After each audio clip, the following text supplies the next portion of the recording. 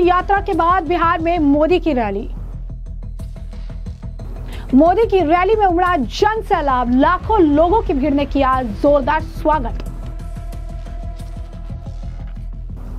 PM Modi ने बिहार को दिया 13,000 करोड़ का तोहफा, आरजेडी कांग्रेस पर जमकर साधा निशाना।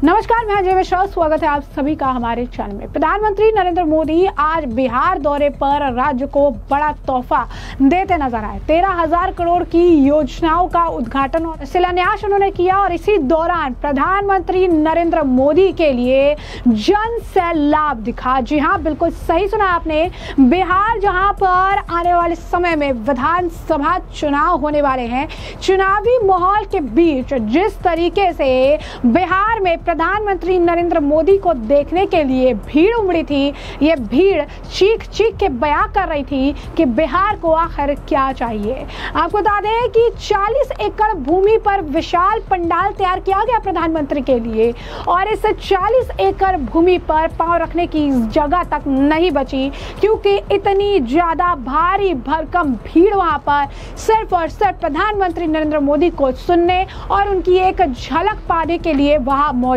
थी।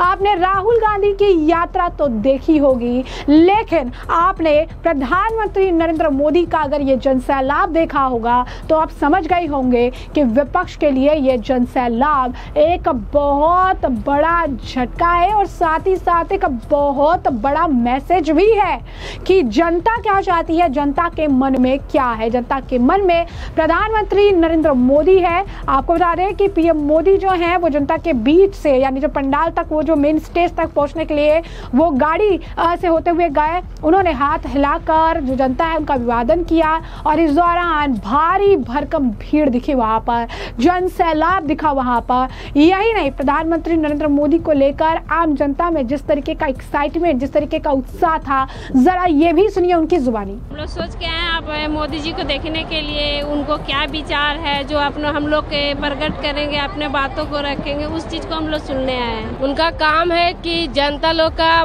पीछे ध्यान देते हैं, ये हमको बहुत अच्छा लगा।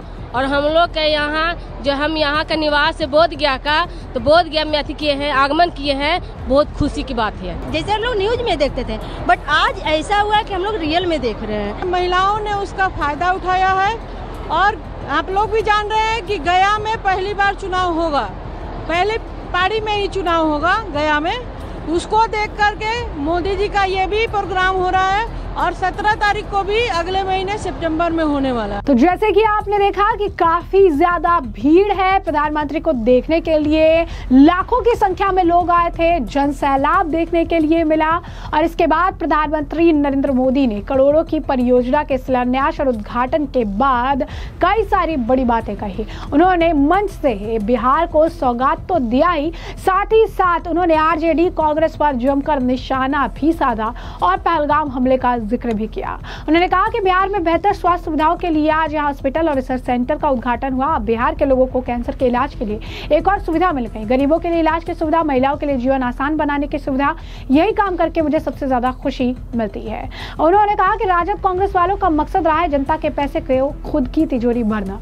राजद कांग्रेस वालों का मकसद रहा जनता के पैसे से खुद की तिजोरी भरना। इनके राज्य में परियोजनाएं पूरी नहीं होती थी, जितनी योजनाएं परियोजनाएं थी लटकती रहती थी, उन्हें निजी तौर पर उतना फायदा होता था। लेकिन एनडीए सरकार में परियोजना तय समय पर पूरी कहा जा रही है। औटा सिमरिया परियोजना इसका उदाहरण है। मेरा सौभाग्य देखिए कि जिस पुल का शिलान्यास करने के लिए आपने मुझे दिया, उसके उद्घाटन का काम भी आपने मुझे ही सौंपा।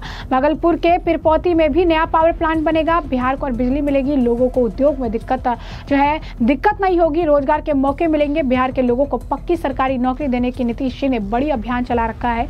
बिहार में शिक्षकों की भर्ती भी पूरी पारदर्शिता के साथ होगी। बिहार में युवाओं को रोजगार मिलेगा। केंद्र सरकार की एक बड़ी योजना आ गई है। 15 अगस्त से ही देश भर में विकसित भारत योजना लागू हुई है। इसके तहत युवा जब निजी क्षेत्र में पहली नौकरी करेंगे तो केंद्र सरकार उनके अपने पास से 15,000 रुपए देगी। उन्होंने इस दौरान लालटेन राज का जिक्र किया। कहा, याद कीजिए कि लालटेन राज में क्या हालात थे। लालटेन राज में बिहार लाल आतंक से जकड़ा हुआ था। क्या कुछ कह रहे हो, सुनिए। आप याद करिए, लालटेन राज में यहां कैसी दुर्दशा थी। लालटेन राज में एक क्षेत्र लाल आतंक से जकड़ा हुआ था। माओवादियों की वजह से शाम के बाद कहीं आना जाना मुश्किल था। गया जी जैसे शहर लालटेन राज में अंधेरे में डूबे रहते। हजारों गांव ऐसे थे जहां बिजली के खंभे तक नहीं पहुंचे। लालटेन वालों ने पूरे बिहार के भविष्य को अंधेरे में धकेल दिया था। न शिक्षा थी, न रोजगार था। बिहार की कितनी पीढ़ियों को इन लोगों ने बिहार से पलायन के लिए मजबूर कर दिया था। साथियों, बिहार के लोगों को आरजेडी और उनके साथी सिर्फ अपना वोट बैंक मानते हैं। उन्हें गरीब के सुख दुख, गरीब के मान सम्मान से कोई मतलब नहीं है। आपको याद होगा, कांग्रेस के एक मुख्यमंत्री ने मंच से कह दिया था कि अपने राज्य में बिहार के लोगों को घुसने नहीं देंगे। बिहार के लोगों से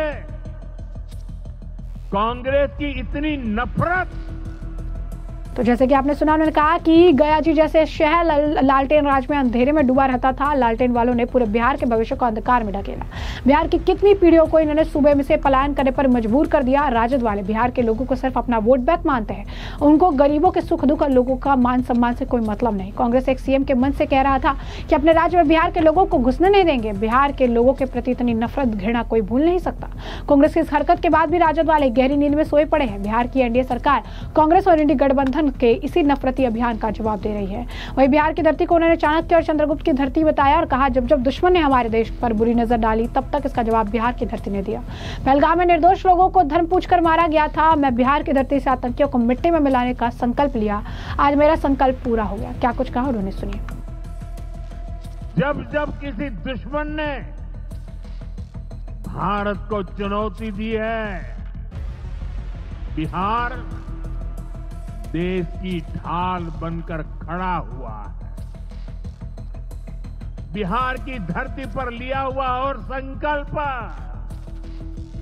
ये धरती की ताकत है। इस धरती पर लिया गया हर संकल्प कभी खाली नहीं जाता। और इसलिए तो भाइयों बहनों, जब कश्मीर के पहलगाम में आतंकी हमला हुआ था, हमारे निर्दोष नागरिकों को उनका धर्म पूछ करके मारा गया, मैंने बिहार की इसी धरती से आतंकवादियों को मिट्टी में मिलाने की बात कही थी। आज दुनिया देख रही है, बिहार की धरती से लिया गया वो संकल्प पूरा हो चुका है। आपको याद होगा, उधर से पाकिस्तान हम पर ड्रोन हमले कर रहा था, मिसाइलें दाग रहा था। भारत पाकिस्तान की मिसाइलों को हवा में तिनके की तरह बिखेर रहा था। पाकिस्तान की एक भी मिसाइल हमें नुकसान नहीं पहुंचा पाई। साथियों, ऑपरेशन सिंदूर ने भारत की रक्षा नीति की नई लकीर खींच दी है। अब भारत में आतंकवादी भेजकर हमले करा के कोई बच नहीं सकेगा। आतंकवादी चाहे पाताल में क्यों न छिप जाए, भारत की मिसाइलें उन्हें दफन करके रहेगी। जैसा कि आपने सुना, उन्होंने कहा कि उधर से पाकिस्तान हम पर ड्रोन और मिसाइल से हमला कर रहा था, इधर से भारत उन्हें ड्रोन मिसाइल को तिनके की तरह बिखेर रहा था। उनकी एक भी मिसाइल हमें नुकसान नहीं पहुंचा पाई। भारत ने अपनी रक्षा की नई लकीर खींच दी। अब भारत में आतंकी भेजकर हमले कराकर कोई बचा नहीं सकेगा। आतंकवादी चाहे पाताल में क्यों न छिप जाए, भारत की मिसाइल उन्हें दफन करके रहेगी। वहीं आपको बता दें कि उन्होंने कहा कि इस बार बिहार में दिवाली और छठ पूजा की रौनक पहले से ज्यादा होगी। जो लोग अभी पीएम आवास योजना से छूट गए हैं, उन्हें विश्वास दिलाता हूँ कि पीएम आवास योजना तब तक जारी रहेगी जब तक हर गरीब को अपना पक्का घर नहीं मिल जाता। क्या कुछ और कह रहे हैं प्रधानमंत्री नरेंद्र मोदी, सुनिए। जब जब किसी दुश्मन ने भारत को चुनौती दी है, बिहार देश की ढाल बनकर खड़ा हुआ है। बिहार की धरती पर लिया हुआ और संकल्प, ये धरती की ताकत है। इस धरती पर लिया गया हर संकल्प कभी खाली नहीं जाता। और इसलिए तो भाइयों बहनों, जब कश्मीर के पहलगाम में आतंकी हमला हुआ था, हमारे निर्दोष नागरिकों को उनका धर्म पूछ करके मारा गया, मैंने बिहार की इसी धरती से आतंकवादियों को मिट्टी में मिलाने की बात कही थी। आज दुनिया देख रही है, बिहार की धरती से लिया गया वो संकल्प पूरा हो चुका है। आपको याद होगा, उधर से पाकिस्तान हम पर ड्रोन हमले कर रहा था, मिसाइलें दाग रहा था। भारत पाकिस्तान की मिसाइलों को हवा में तिनके की तरह बिखेर रहा था। पाकिस्तान की एक भी मिसाइल हमें नुकसान नहीं पहुंचा पाई। साथियों, ऑपरेशन सिंदूर ने भारत की रक्षा नीति की नई लकीर खींच दी है। अब भारत में आतंकवादी भेजकर हमले करा के कोई बच नहीं सकेगा। आतंकवादी चाहे पाताल में क्यों न छिप जाए, भारत की मिसाइलें उन्हें दफन करके रहेगी। ऐसे में आपने प्रधानमंत्री नरेंद्र मोदी को सुना, उनके बयान सुना और साथ ही साथ उन्होंने पीएम मोदी की जनसभा में उमड़े जनसैलाब को भी देखा। और अब इस पूरे मामले पर आपकी भी जो राय हो कमेंट सेक्शन में कमेंट करके जरूर से जरूर साझा करिएगा। धन्यवाद।